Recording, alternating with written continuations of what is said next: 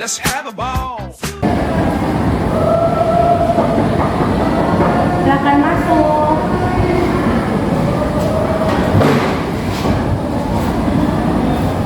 Selamat pagi, Alfa. Silakan duduk. Sebelumnya perkenalkan, saya Aza Syahra, ahli gizi di sini. Senang bisa bertemu dengan kalian. Sebelum kita mulai, saya ingin memberitahu bahwa semua yang kamu ceritakan di sini itu bersifat rahasia. Jadi kamu nggak perlu khawatir ya. Kita ngobrol santai saja. Gimana nih kabar kamu hari ini, Alia? Alhamdulillah aku cuma kami ini terasa berat badan lebih berat sedikit. Boleh ceritakan sedikit apa yang membuat Alia akhirnya memutuskan untuk konsultasi ke sini? Sebenarnya dari dulu udah ngerasain berat badannya itu berat. Sekarang tiap di sekolah kalau jalan antara kelas saja rasanya gampang capek. Terus kadang malu juga sama teman-teman, Bu. Baik, saya paham. Yang Alia rasakan itu wajar banget, dan langkah Alia untuk mencari solusi ini udah hebat.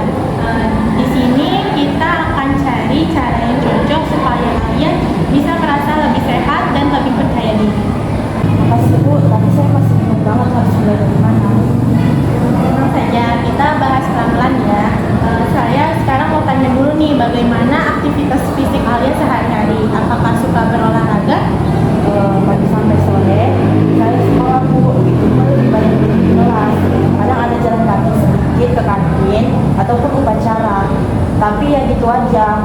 Saya juga mengikuti kegiatan ekstrakurikuler 1 kali dalam seminggu.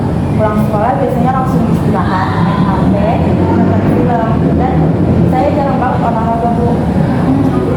Berarti memang aktivitas fisiknya masih minim ya. Sekarang lanjut, bagaimana dengan pola makannya Alia? Saya makan 3 kali sehari, tapi porsi makannya lumayan banyak. Sering juga gorengan di rumah, di kantin. Terus suka beli minuman seperti pop ice atau kalau pulang sekolah makan cepat saja juga. Karena seminggu 2 sampai 3 kali, Bu. Oke, baik. Terima kasih sudah cerita dengan jujur, karena itu hal yang sangat penting ya. Dari sini kita bisa lihat bahwa beberapa kebiasaan yang perlu diatur supaya Alia bisa mencapai berat badan yang ideal dengan cara yang sehat. Mulai dari mana itu, Bu? Kita mulai dari langkah kecil dulu ya. Misalnya saat makan siang di sekolah, Alia bisa membawa bekal dari rumah dan bisa lebih pilih lebih banyak sayur serta lauk dibandingkan nasi. Kemudian kalau bisa dikurangi makanan dan goreng-gorengannya. Kemudian untuk jajan bisa dipilih buah potong dan minumnya itu air putih dibandingkan minum yang manis.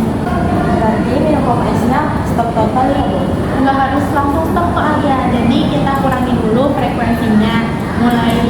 Misalnya mulai dari yang tadi hampir setiap hari dikurangi menjadi 1 kali dalam seminggu. Kemudian pilih ukurannya yang kecil, dan kalau bisa kurangin tambahan topping-toppingnya itu. Wah, masih bisa dari 1 kali ya, Bu?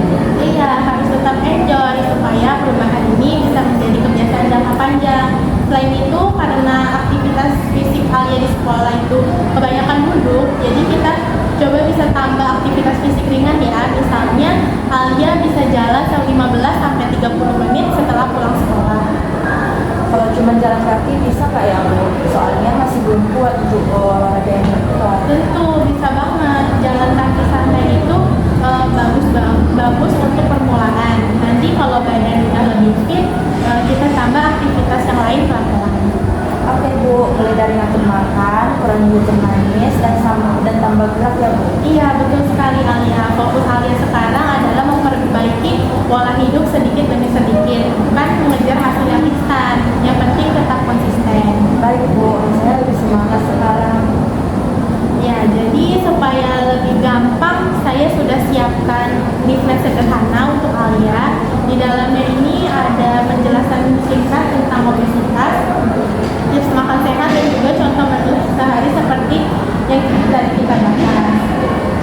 Wah, ada contohnya juga ya, Bu? Jadi lebih kebayang ya. Iya, betul Alia. Jadi Alia bisa lihat contohnya di sini ada serangan pagi, selingan pagi, sampai makan malam.